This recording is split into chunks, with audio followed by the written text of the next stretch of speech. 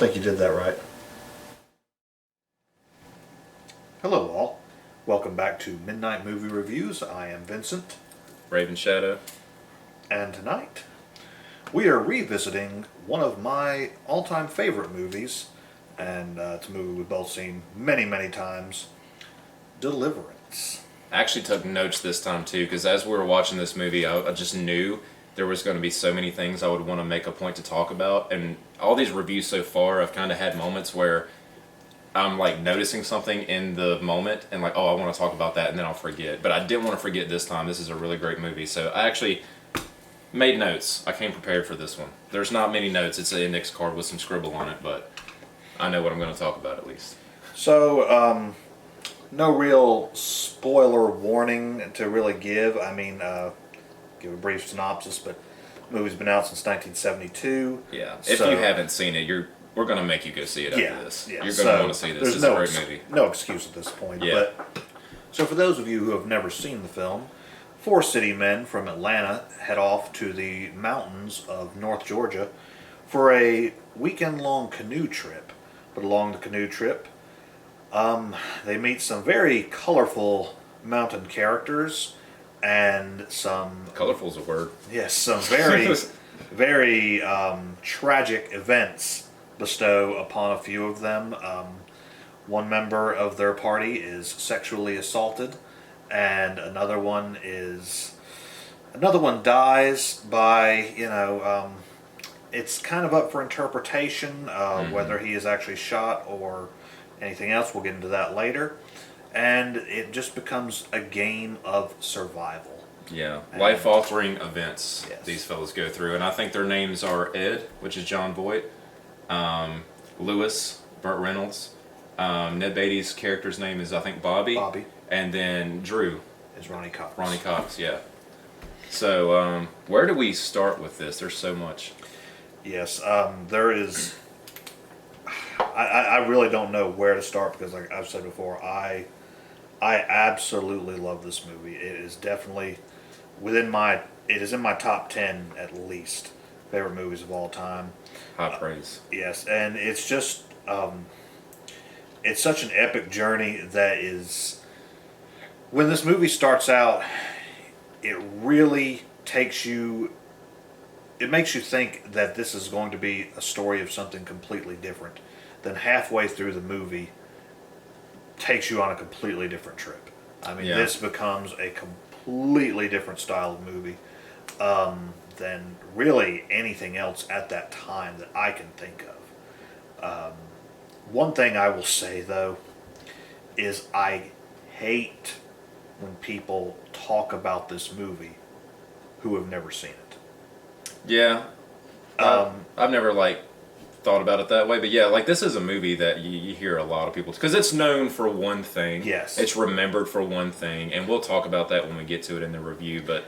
So I guess from here on, again, spoilers if you've never seen it. Yeah.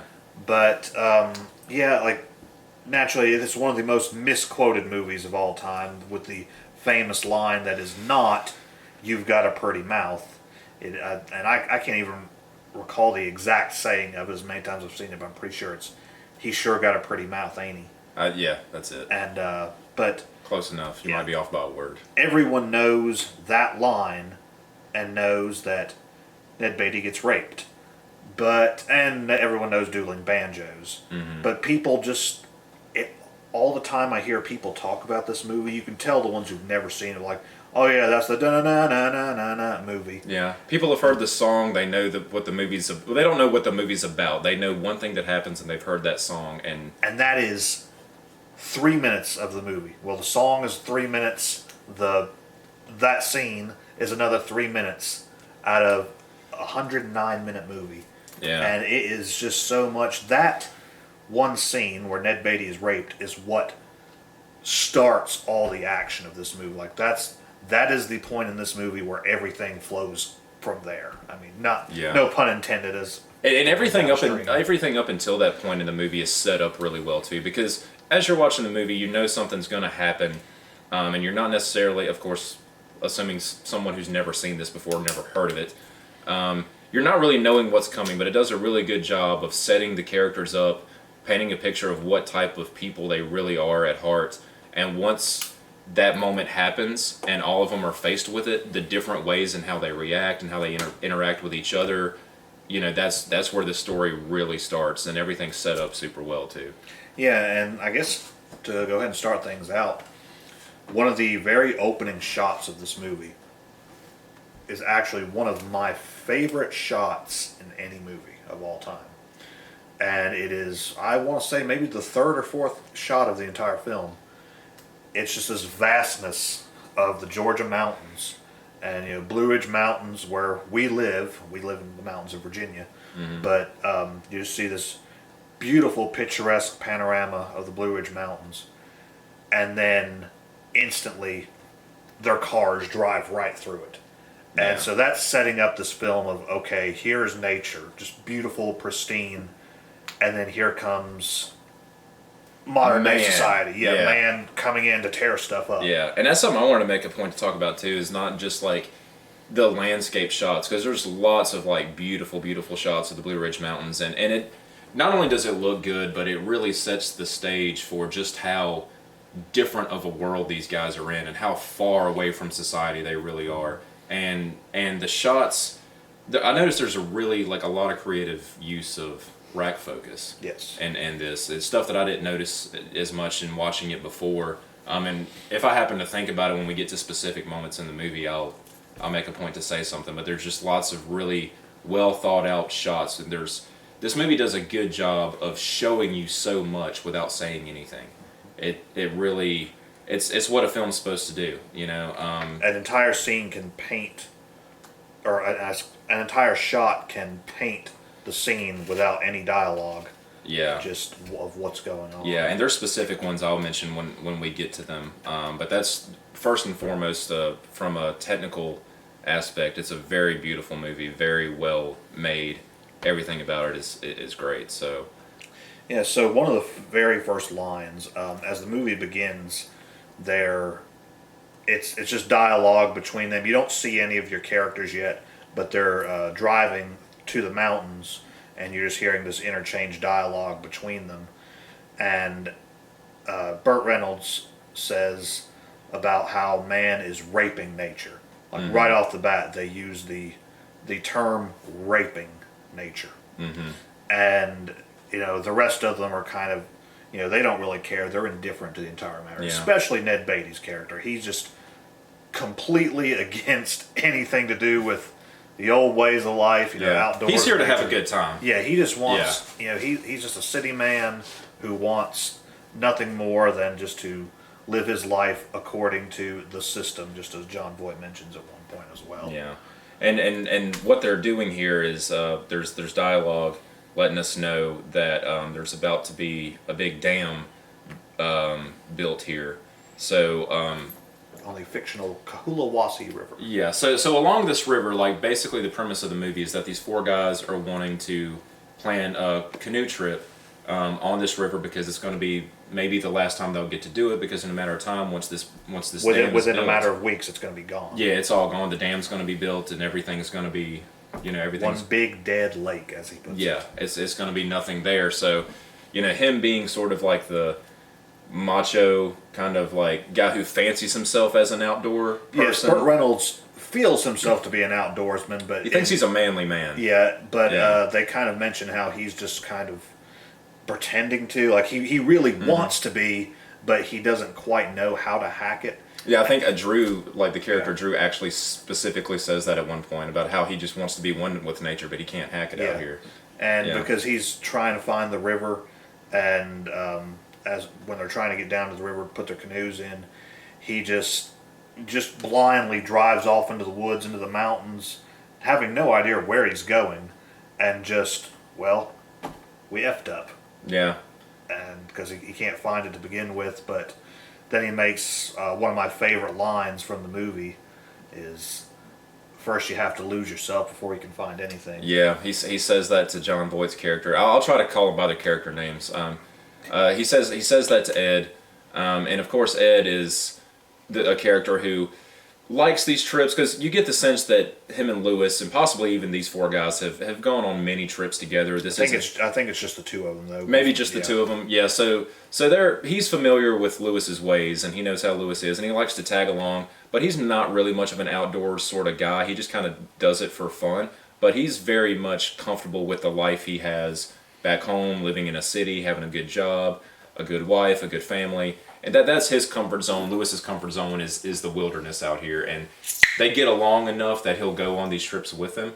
And then I can't remember exactly what sets up the line, but Ed says something to Lewis, and that's when Lewis says, like you said, sometimes you have to lose yourself before you can find anything. And that, to me, is an iconic line in the movie, and it explains so much about Ed's character once we get to the end.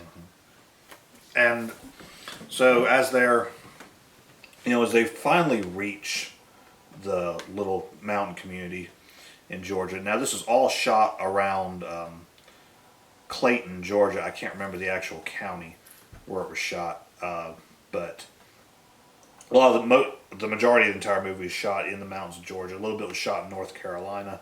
I've actually seen some of these filming locations before, but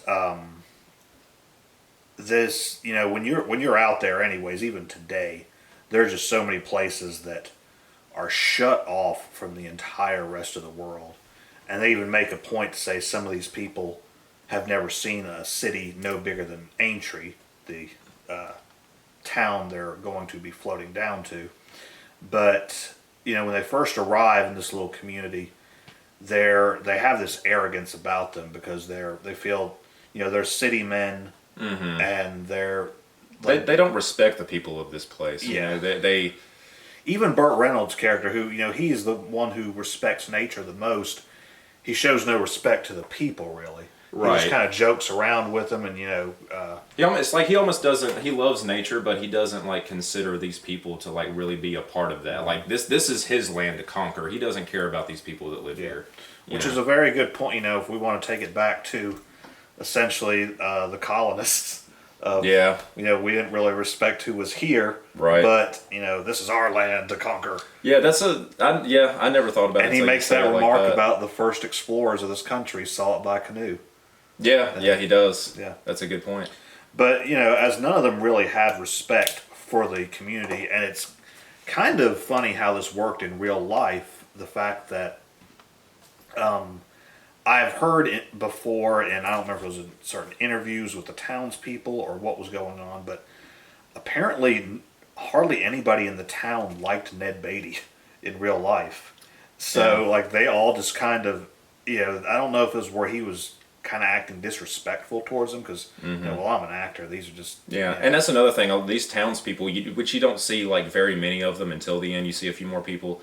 But they're not really actors. Yeah, they were just locals. And Billy Redden, the banjo boy, he's actually known for pretty much 2 movies. This, and he reprised his role as the banjo boy in Tim Burton's Big Fish.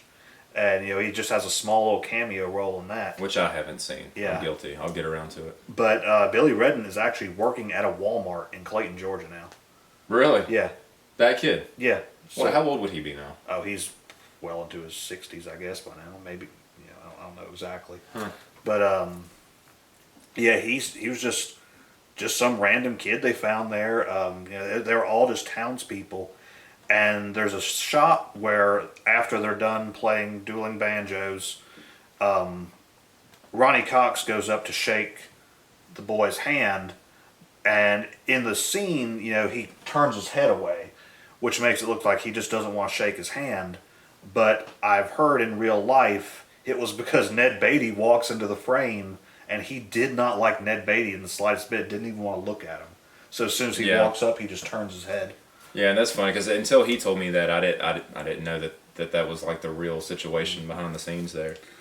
But, so it's obvious that, even in real life, these people kind of didn't respect anything they were getting into. Mm-hmm. And I even saw in the behind-the-scenes footage, John Voight talking about, he was essentially the top-billed star of the movie. And they gave him the decision of, which canoe do you want? You want the wooden one or the the metal one, the aluminum one. And he just thought, well, I want to be a traditionalist about this. I really want the wooden one. And just having been in a canoe, I think he said once in his entire life, and none of the rest of them had. And he was like, yeah, I'll take the wooden one.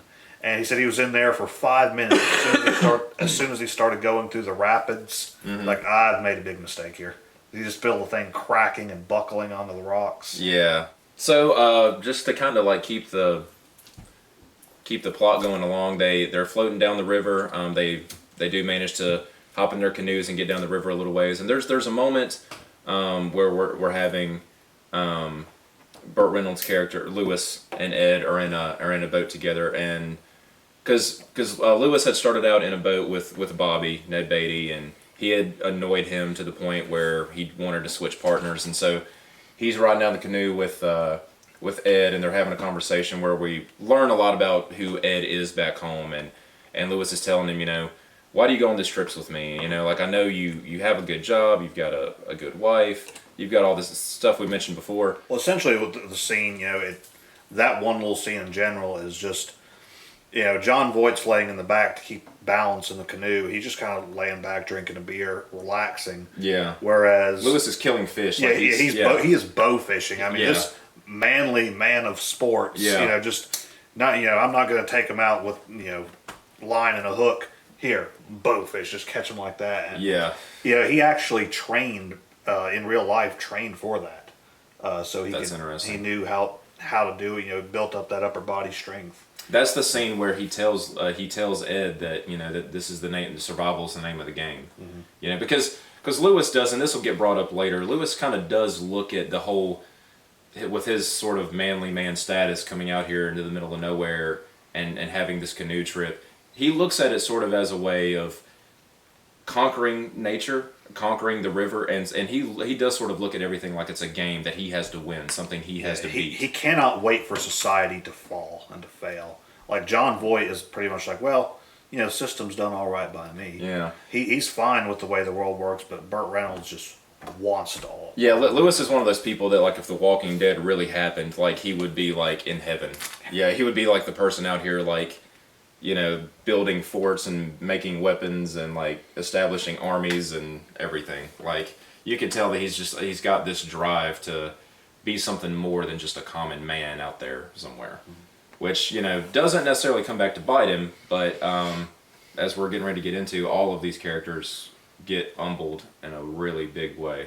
So something else I just happened to think of was after they go through the rapids the first time, they sort of come to a little stopping point, they're talking to each other, and Ned Beatty turns around and says to someone, "That's the second best sensation of my entire life." And like, just knowing what's coming, it's like a little, I don't know, kind of funny and cringy to hear it, and it's like, well, what was the first one? Or what, how's he, where's he going to rank this other sensation he's about to have? And then the you can't beat this river line. Yeah, that is a huge line of like what is going on in this movie. After they're all talking about it, going through these huge rapids and everything, they could have very well died as inexperienced as they all were. Mm-hmm. And Ned Beatty's like, we beat that river, didn't we beat that? And Burt Reynolds makes the line of, "You don't beat this river. You don't beat it." Yeah, which is interesting because we just kind of got done talking about how Lewis's character does seem to be like the conquering type, and in a way it is like he wants to beat the river. But he understands it's something you have to live with. It's not a you can't conquer it. He does want to be like more or less a part of nature. He wants to like feel like he sort of conquered the land, but not that he respects it, but he does see that, like, you have to be a part of it. Like, it's not just something that you can just like defeat and then it's over. Getting through the trip is like, that's what he wants to do, to say that he's like sort of conquered the land, but he knows like you can't really beat it, that you have to find a way to coexist with it in a way. Like, so it's almost like he's not black or white about it. Like there's like this gray area with him about how he seems to feel about nature, where he doesn't necessarily respect it, and he's not necessarily afraid of it. He runs like headfirst into it, but he also knows that it's not something to be beaten either. And as they settle in for the night, you know, you find out a little bit more about these characters. That Burt Reynolds is he's pretty straight edge. He does not drink. His character, Lewis, does not drink. And he tries to stay alert for everything. You know, he's just... Which is good for them. Yeah, I mean, he is essentially their leader, getting them through all of this. Because none of them know anything about anything of nature. Yeah, he doesn't know as much as he thinks he does, but he's their best bet, you know. Whereas the next morning comes around and John Voight character wants to go out hunting. Mm-hmm. And, you know, he's been practicing for years as an archer, but as soon as he comes down on a deer, he loses control. He can't find it in him to take another thing's life. Very important part of the movie too, where like because John Voight, Ed, you know, he, like I said, he comes along on these trips more or less for fun. When it comes down to actually doing like these sort of survivalist type things, he can't quite do it. He can't kill a living thing. And then there's a mention of where he and Lewis is talking, where Lewis talks about how he's seen people be really good shots on a firing range, but when it comes down to shooting a live animal, they can't do it. Mm-hmm. You know, and so it's he kind of like is the one of them that can overcome that barrier where he is willing to do what needs to be done to survive. And Ed will at some point kind of grow into that. Not really all the way, but like this is the first moment where you see what his dynamic with nature really is like. So as they break apart for the morning, you know, John Voight and Ned Beatty, as I said earlier, Ned Beatty, Bobby, is just sick of Burt Reynolds bullying him all day, calling him chubby and everything. Yeah. So they break apart, and Burt Reynolds and Ronnie Cox fall behind. And this is where we get into that scene. Yeah, now we're at that scene. Yes, and so, you know, everything up until now is just character development. We learn about who these people are, what they come from, what their beliefs are. Yeah. And now, given that, here's their situation. Yes, here is where the movie starts. Yeah, so to say. Not to dwell on this too long, but you know, they do run into a couple of locals from, you know, up in the mountain, and there's so many little things about this film that it's so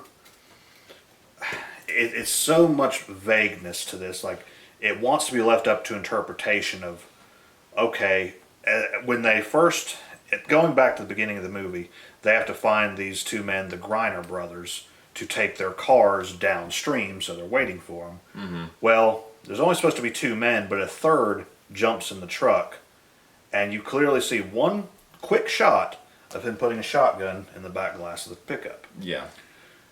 And then you see these two men come down, and it's kind of up to interpretation. Okay, was that one of them? And they bring it up later in the movie. They call back to us, was there a third person there? Yeah. And so you don't really know if they knew that they were out there and they were stalking them, or they just happened to run up upon them. Yeah. That kind of, like, seeing the shot, putting the gun in the back glass, which, I mean, anybody that lives around this area, you've seen plenty of people ride around with the rifle, like, sitting in the back glass of the truck. But as soon as you see that, like, it almost made me think they sort of knew what they were going to do. Yeah. Like they're going hunting now. Like, they've met these guys, they know that they know nothing about the wilderness like they seem to think. And they know that these guys are in their world now. And seeing that shot kind of made me think, all right, like, they're kind of going hunting here. Mm-hmm. So I'm of the mindset that they probably were following them. So an interesting, I guess, thought that I had when it comes to, like, the rape of Ned Beatty, like the male-on-male sexual assault. Interesting to me is, like, back during, like, the time of the Roman Empire, rape was a pretty common thing. Like, it was like a power symbol. It was a power symbol, and it was done often and out in the open, and a lot of times by people in power. And back then, there was a lot of man-on-man rape happening, and it was used as a symbol of power by these men. There was no actual sexual attraction there necessarily. Essentially, like dogs do to show dominance. Yeah, it was basically taking another man and, okay, like, I'm asserting authority over you. If I can hold you down and do this to you, like, I've broken you. Like, I'm more powerful than you, and that is a symbol of showing that. And I think in this movie that's sort of what the idea is. I don't know if that was intentional or not, but that's what I took away from it. Because you don't really get the sense that these two guys are like attracted to them, really. I mean, maybe they are a little. It's kind of left a little vague, but I mean, they're messing with them for sure. And I think that was a play on essentially what the heart of this movie is about. Is that these four guys are out here in the middle of nowhere, thinking that they're going to like take this land and conquer this land, and these men, these town people, are a part of that. They're a part of that land. They're a part of that nature. They're part of nature, yeah. And so when they rape Bobby, and presumably were going to rape Ed, I think that was that show of dominance of them saying, no, like, you're out here in our world, and here's how we show it to you. Like it breaks them and humbles them. And it's very animalistic, like I said, like dogs do, because after Burt Reynolds saves the day, Burt Reynolds' character ends up killing the mountain man who actually raped Ned Beatty, and they're trying to chase down the other one, but he runs off. Well, after this, they have this civilized discussion. Well, not really civilized. Heated not argument. as much as it could be, I guess. Discussion about the law, and the law is this is a modern, pretty much a modern structure of man. Yeah. They're having this societal discussion of, well, it's a matter of the law. Do we turn in this body, or do we bury him just like anyone out, any savage? Yeah, and Lewis even says, "What law?" Yeah. What law? Where's the law? Yeah. And so this animalistic thing has just happened upon them, and the next shot where they decide to bury the body, they look like animals. Yeah. Like they just look like gorillas digging with their hands. Exactly. And that's something I wanted to bring up, mentioning earlier in the review where I was talking about specific shots that just tell so much without a word being spoken. And that was a shot that I noticed where, like he said, they're on the ground digging just furiously like wild animals to just create a grave to throw this body in.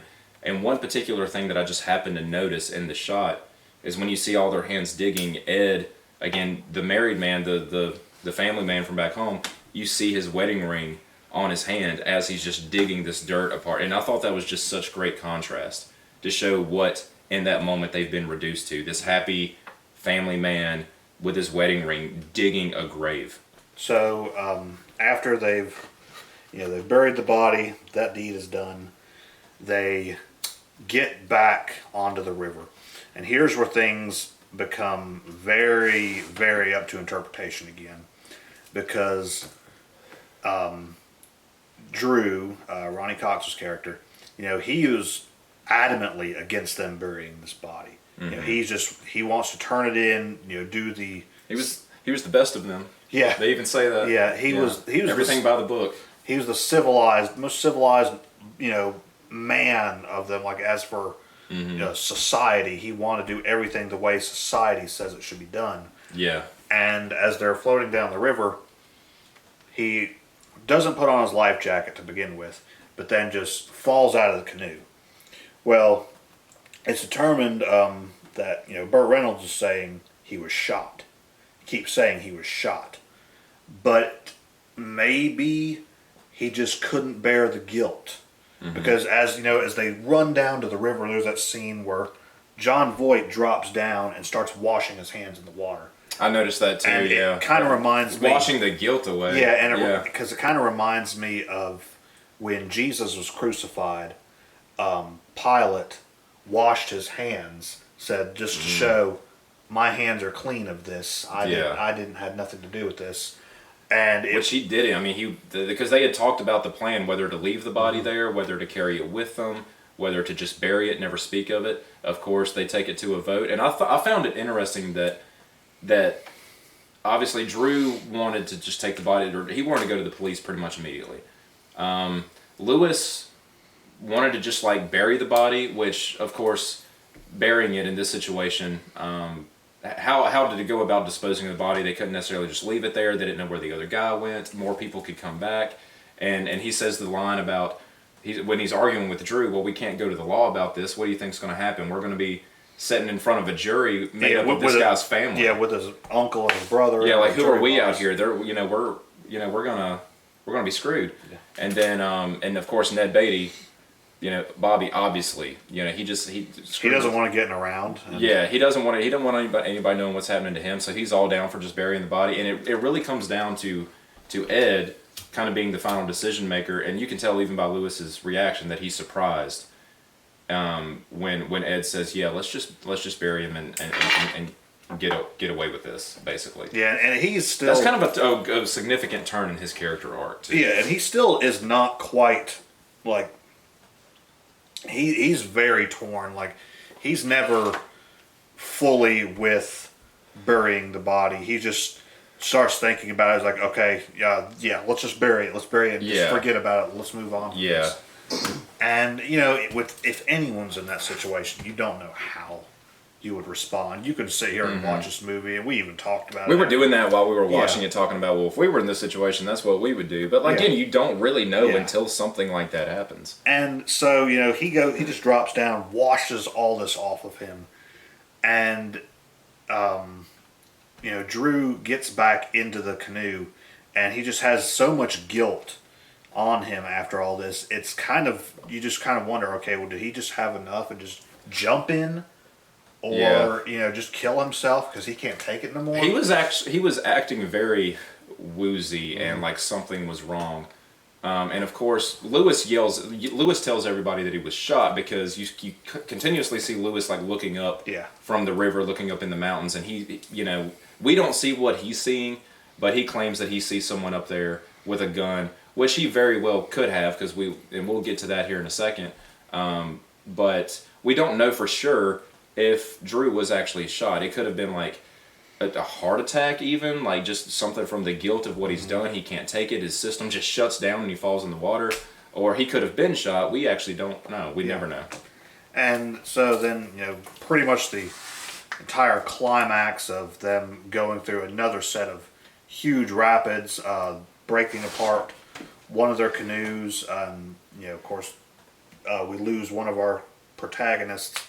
And it just comes to a point of now, this is the entire turning point of the movie where Lewis is taken out of the equation. Burt Reynolds has broken his leg, so he kind of pulls himself off the shore, gets up on a rock. Yeah, he's not dead, but he's useless. Yeah, and so he's done, and they're saying, well, that other one's up there. The toothless man's up there, and he's going to kill them too. And he says the line to John Voight, now you get to play the game. Yeah. And so, at this point, John Voight has to be their leader, their new leader. Yeah. The game of survival, and now, because Lewis was their best shot, and now that he's out of the equation, Ed has to be the one, because it's not going to be Bobby. Bobby, it's not in Bobby's character to do something like that. Drew's gone. So it's on Ed's shoulders now. Like, now you have to, man up into this situation, and you have to become our way of getting out of here. And survival. He honestly has kind of a deconstructing character arc. Like, it just kind of reverses. He's this and he's the city man, just has such a great life, just very proud of what he's accomplished. And this has broken him down to nothing. And he doesn't lose per se. He doesn't lose the game. He breaks even, but he comes out much worse than he ever started. Yeah, he did win the game of survival, but not without changing him forever because of what he went through. Yeah, and now he has to make the decision of, well, I have to take out our threat. Yeah. And so he climbs up the side of this mountain. Great shot when he takes the wallet out to see his wife and his kid, and the wind just rips it right out of his hand. And I thought that was a good moment too, because it's just nailing in the fact of no, that's back home, that's your old life, you're here now, and nature just rips it right away from him. And I mean, he goes up and he just sits and waits for the night, and here comes another big interpretation scene. Yeah. When he sees a man with a gun. It looks just like that toothless asshole that was involved in the rape, but we don't know if it's really him. Yeah, so he finally, and even then, he draws his bow, just like he did on the deer earlier, and he still can't release. He still, even though he thinks this is the guy who was about to kill me yesterday. Yeah. I still can't take his life until he actually shoots at him, and out of reflex releases. It does end up hitting him, kills him. But then as he checks and sees, well, this guy has teeth. Yeah. Now they kind of move, but... Did he have his teeth in yesterday, Yeah. or did he not? I mean, it kind of looks like the same guy, but it also kind of don't. And, he's not wearing his hat now, so now he has a head of hair. Yeah. And yesterday he looked bald. Because it's brought up that this guy could just basically have been a hunter. Yeah. And then when he sees a guy aiming a bow and arrow at him, of course he's going to fire. Just gonna shoot. Yeah, so we don't know who this guy really was. So, he's taken this other life, and that alone is enough to just make you like, well, if it was definite self-defense, as they say earlier, a justifiable homicide, Yeah. you could live with yourself a little more. But now the fact is, okay, did I just kill some random guy now? Yeah. And so now it's an even bigger burden on him. And that's why I say, he is just kind of went backwards from where he started. He's inexperienced, so he doesn't exactly know how to play the game. He makes a lot of mistakes. And, so as even the next scene, he's using this body to help him get down the mountain, wait on this rope. Yeah. And Fairly a smart thing to think of. it is, but I've done rock climbing before, and in my mind, I would have tied the rope around something and repelled myself back. Like a tree. Yeah, little less rope at a time, instead of just climbing down where this body is, it's swinging. And, naturally the rope breaks. He gets tangled up in the body underwater. Yeah. This moment. But, very, very suspenseful scene there, though. So, as soon as that rope breaks, and it's just like that body's trying to drag him down with him. Yeah, I thought that, again, like with the storytelling of the shots and things like that, just seeing him underwater trying to kick away from this body, this life he's just taken, it's like he's figuratively and literally kind of in over his head right now. Yeah, and so then, as they go on, they find Drew's body, and in our rational minds, okay, this is our friend. We would take this back with us. Mm-hmm. But now they can't. Yeah, and he makes the decision. Okay, no, we just need to let him drown here. And I'm like thinking, well, in my mind, I'm like, well, why not just bring him with you and don't bring up any calls for he might have been shot? Just bring him with you. Yeah, he drowned. He fell out, because essentially he did. He fell out of the canoe. And they do look for a bullet wound. Yeah. They try to see if he was in fact shot, and they don't spend too much time looking because they're in a hurry to get away. And they don't find anything. Doesn't mean he was or wasn't shot, but they don't find a gunshot. And they decide. Well, essentially Ed decides. Like we have to leave him here because we can't have them coming back here and finding these other bodies that are here now. Yeah, because they already have one body buried. They have one tied down, sunk at the bottom of this water in this river, and funny thing, kind of aside from it, that scene where that was shot below the waterfall is actually in real life. It's not that deep, really. It's not that big of a waterfall. They just released more water. Like there's a dam upstream. They released more water for the movie to make the river look that much more raging. But it's actually at a state park in Georgia. Oh, okay. And it's so it's really not that deep. I wonder if he brought that other body down, with him, with the intention of burying it too, or somehow hiding it too, instead of just leaving it there. When he's ties him to the rope to lower him down the mountain. He uses it to try to climb down, but I wonder if part of the intention of getting that body down there was to try to make an attempt to hide it too. Yeah, I would assume so. Yeah. But, so they pass through one more bad set of rapids, and this is where Ed has to really try to prove himself as one last chance to show that he really is able to live with nature, whereas he really didn't purposely kill the guy. It just it was a reflex. He still wasn't able to defend himself then, He wasn't able to take down the deer. Well, now he has to get them through the set of rapids. Yeah. And interestingly enough, all through this, Ned Beatty, who started out the most disrespectful to all nature and all the people, this terrible experience has actually made him the better person, kind of, and not the better of the two, but it's made him a more respectful person anyway at this point. He starts to respect nature more, and as it goes on, we'll get into, he has more respect for people.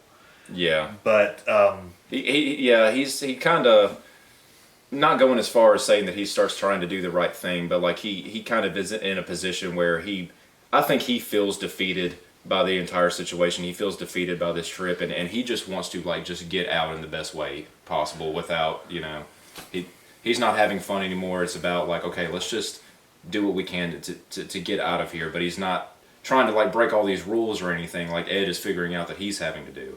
But there's a shot I love when they finally come out of all these rapids where they decide to drop Drew in, lower him down.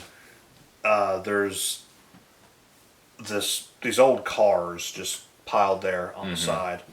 And so after the last 2 days, or last 3 days now, they've been just in the middle of the woods, just nothing but in the middle of the mountains. There's nothing around them. As I said earlier, it's still that way today in a lot of these places, shut off from the rest of the world. And they even make that remark earlier in the movie.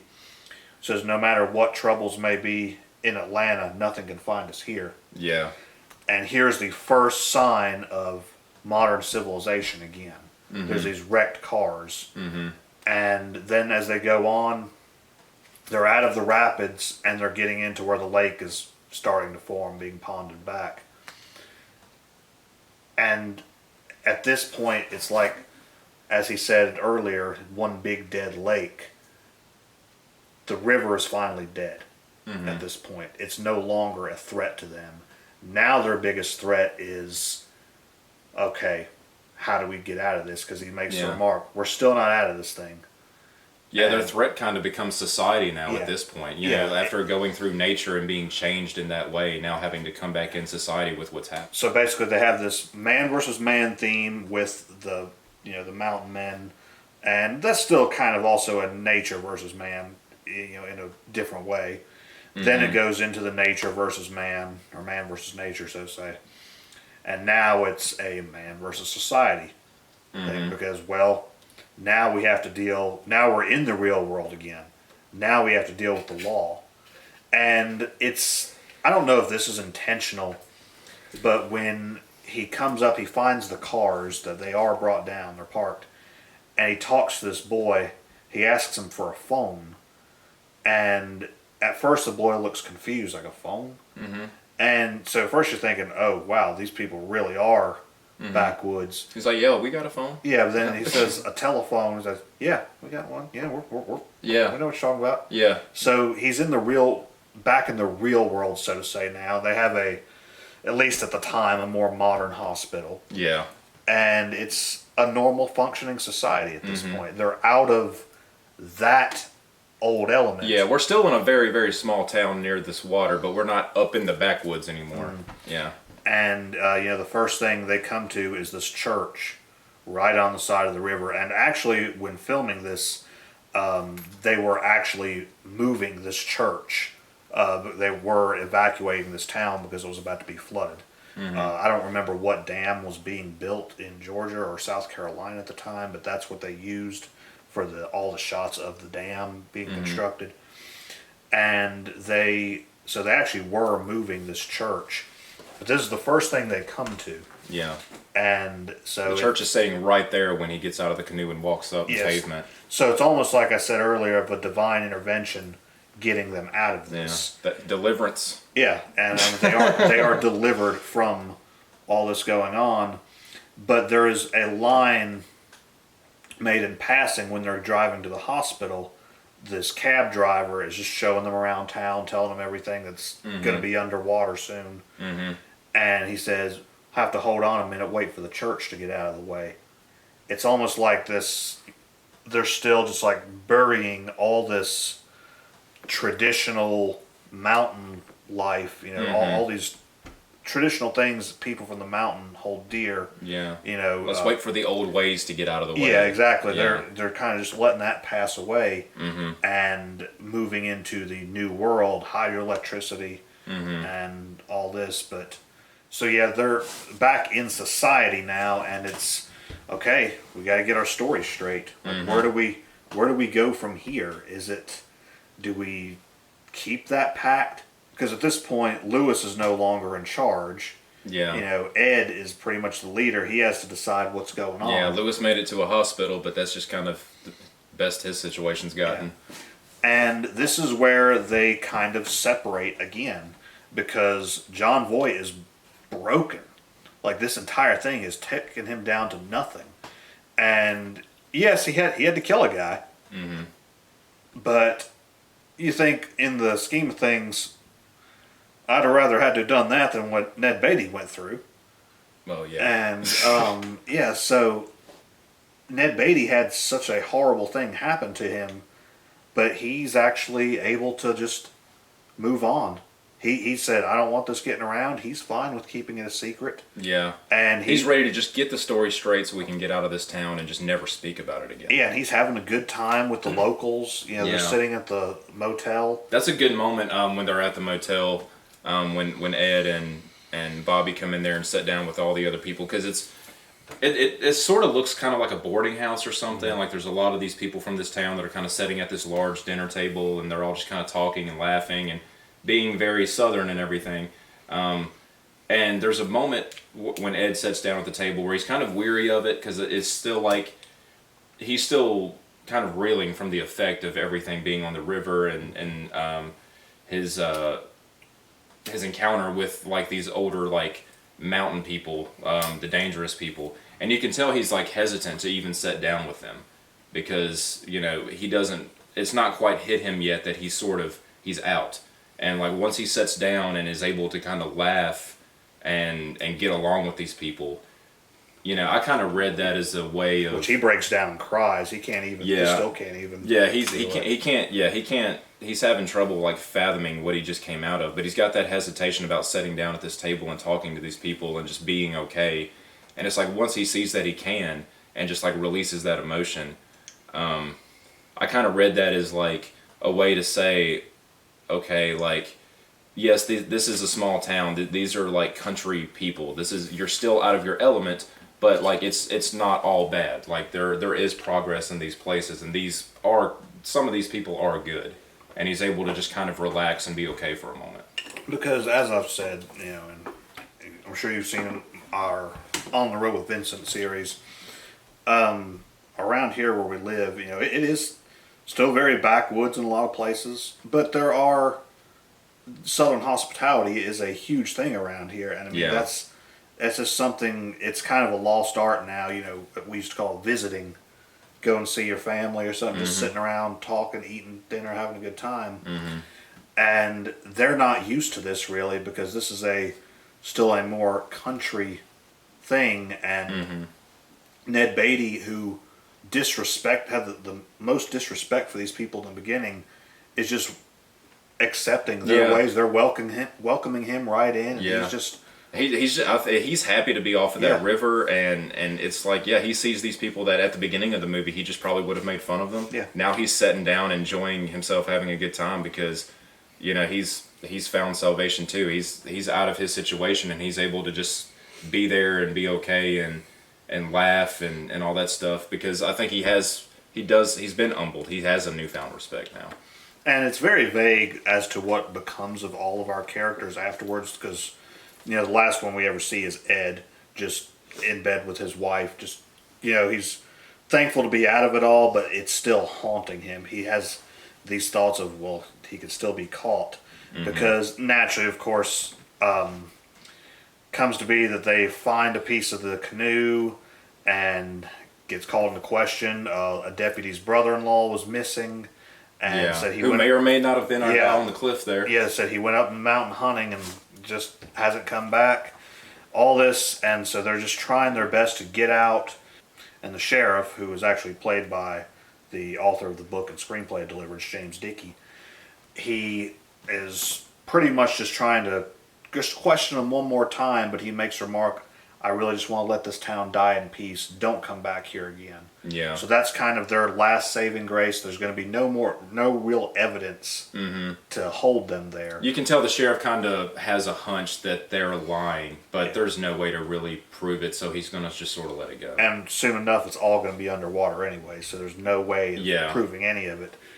And there's that one last shot before John Voight finally leaves, where they're digging up the cemetery, which is actually, again, this was happening in real life before they flooded the town. They had to dig up all the graves, and because after time, all that water will loosen that ground up, and these caskets, if they're filled with air, bloop, they're all gonna go right to the top. Yeah. So I forgot about that moment where he walks by the old cemetery. Yeah, and he kind of has that in his mind of like, oh, they're digging up the graves. These bodies can still end up floating. Yeah. And then he has this nightmare, of course. But, he's really the only one we get a final scene on. We know, like, this is haunting him from here on. The interesting fact is that with Burt Reynolds' character, Lewis, we don't get a real closing on him, but there's one line in passing that says he may still end up losing that leg. Yeah. So this could be the end of his outdoorsmanship. Yeah. And that's the thing, right at the end of this movie, and that's where the movie really leaves us with right there at the end, is with Ed back home with his wife, having nightmares about these bodies possibly still being found. You see this great shot of like this lake with the hand coming up and everything, and it turns into him just having a nightmare. But that's going to stay with him, and the point is like these men that made it out of this are changed people now. Yeah. They're absolutely not who they were before they went up there. They won the game of survival, like we've said, but now it's just carrying on with life in general. I mean, this is, these 3 to 4 men, after one of them's gone now, going through things I would say hardly any of us today would have any idea how we would handle. No. But here they are trying to get back to the rest of their lives, and as I said, the one who had the worst thing happen to him, really, he's kind of the one who has been bettered by it all. I said he was humbled by the entire experience. Yeah. He has a newfound respect for nature. Our conqueror has been overtaken. May never conquer again. Yeah, he has been overtaken by it. And our one who is just, very proud and content with his life now has to carry the burden of, well, I had to kill a man that might have been an innocent man from here on. Yeah. So, I mean, there's just so many themes, and I know this is kind of a much longer episode than we'd normally be doing, but there's just so much to discuss with this movie. It's just so in-depth. And we would definitely recommend everybody watch this. And if you watch it and you notice things that we didn't quite catch, that plays into something we've talked about, or a whole new thing that you noticed that we didn't talk about at all, like, put it in the comments. It's definitely a good movie for discussion and debate. There's so much to unpack with it. It's a classic movie. And as for like the production of this movie, my only issue is just literally my only issue with the entire movie is just a couple of little production things, with filming. But I do not hold that against it whatsoever, because what they went through to shoot this film, in the middle of the woods, just way back in the mountains and the rivers, valleys, and there's no electricity, no lighting. Yeah. And all this just had to be done. That had to have been a hell of a shoot, man. Yeah, all this on the spot, and I think, there's no way I could have done this. I've said before, like, Evil Dead was a movie I've thought, hey, I could do this. There's no way I could have done this. Yeah. And I have so much respect for what all went into making this movie, and it's just the cinematography in general, just some of those shots of, like I said earlier, the mountains. Yeah, the cinematography is great, the writing is great, the direction is good, the acting is good.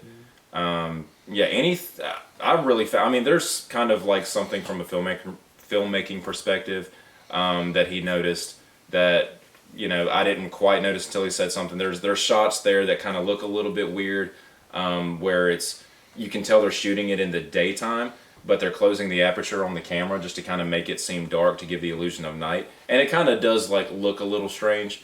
But other than something like that, I mean, like this is almost a perfect movie, like in a lot of ways.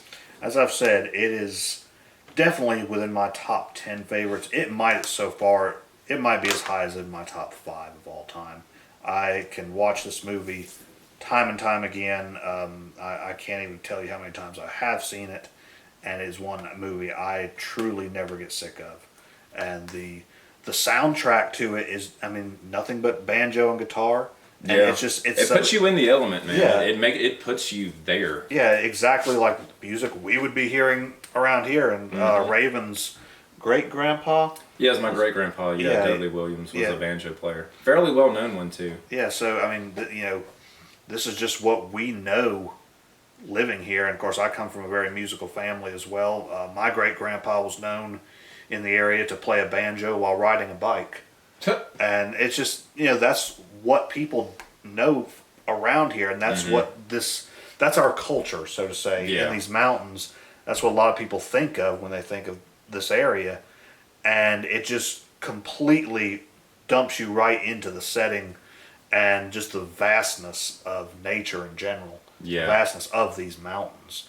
To someone who's never been here before, and you can see in some of my on-the-road videos of just how secluded you can be in some of these places.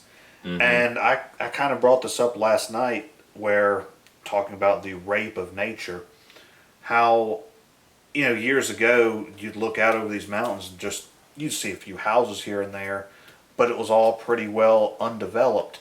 Now there's cell towers up everywhere, power lines going everywhere. Yeah. And it is something, as they put in the movie, we didn't lose it to society. We didn't lose it to society. We sold it. And we gave this up. And that's why I am a very avid outdoorsman myself. And I have the utmost respect for the mountains, for nature. And, unfortunately, our protagonist in this did not. Yeah, he didn't have a good time, but yeah, at the end of the day, it's just a beautiful story about being thrown into the unknown and having to and being humbled by it and having to make peace with it and learning how to survive, and just how much an experience like that can completely change you as a person. And the movie does a good job, like you said, of just dumping you right into that situation and following these characters through. Yeah, it's drama, it's suspense, it's horror. I mean, there's just so much into this one movie, and that's why I said earlier, I cannot stand when people talk about this who've never seen it, just making these assumptions. Like, if you have not seen this movie, do not go on what you've heard from other people just in passing of, oh yeah, that's that stupid movie where the guy's squealing like a pig up in the mountains. You might have heard the movie's good. I've not heard too many people talk negatively about it, but you probably wouldn't know. I have, really. Unfortunately, yes. I haven't heard anybody say anything negative about it. I've always kind of known that it's a pretty well regarded movie. It's very well known, but you do hear people just kind of talk about the one scene, the rape scene, or the dueling banjos. But it's so much more than that. This is a great movie, and there's a reason that it's remembered. And I think it's relevant today. I think a movie like this is almost more relevant today, absolutely, than it was in the early 70s, just because of how much more society has grown, how many more cell towers we've put up, and power lines we've put up, and factories that we're building, and cities that we're building, and the loss of people's, bond with nature. The people's way of life, So yeah, I think as we go through time, a movie like this even becomes more relevant. So yeah, if you're just a movie fan in general, obviously, like, we're big horror fans. We've talked about plenty of movies on this channel so far that's not exactly horror, but I recommend everybody watch this. It's just it's a relevant story. It's an incredibly artistically well-made movie, written great, acted great.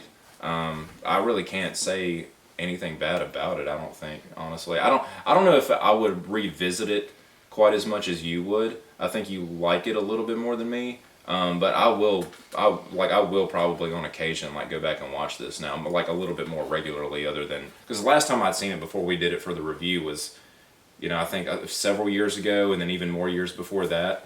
And I liked it then, but I kind of seen it through with new eyes now, like knowing that we were going to be talking about it and there were things I was going to try to look for. I've seen so much more than I hadn't seen before. So now I'll go back and rewatch it more. And as we'll get into some more of our revisits and future videos, up until now, for the most part, we've just, except for showcasing our favorite horror movies or whatnot, we've kind of done movies either one of us had not seen before, and these revisits, I just really want to drive home like more in-depth reviews on some of these things. Of we could watch these things time and time again. But when you really study one, what you're going to pick out, what's going to be different. So, as I've said, my only qualms with this movie is just a couple of little production things. But, again, that's nothing I'm holding against it in the slightest bit with what they had to work with. This is definitely a movie I have and will always give a perfect 10. Yeah. So, for the rating, I don't think I'll quite give it a 10 out of 10. Are we doing halves? Yeah. I'll say 9.5. I'll give it a 9.5. It's not quite like perfect. I mean, it's nearly a perfect movie. I really like it a lot, and I'm gonna go back and revisit it. I don't quite give it all the way a 10, but it's pretty close. I'll say 9.5. All right. So yes, again, if you've not already seen it, check out Deliverance, starring Jon Voight and Burt Reynolds, along with Ned Beatty and Ronnie Cox. Now, stay tuned for the month of December, where we'll be reviewing some Christmas movies, possibly Christmas horror movies. There's some really good ones out there. Yeah. A few I want to talk about. And, of course, at the end of the year, we'll be doing a retrospective of the movies we have reviewed this year, and some ones we've seen, and just kind of doing a little top 3, bottom 3 of that one. Yeah, kind of a 2020 wrap-up, maybe, so to speak. Yeah, this year has sucked. But we still have movies. Yeah, we've seen some good movies this year. Yeah. So thank you all for watching, and we'll see you all again next time.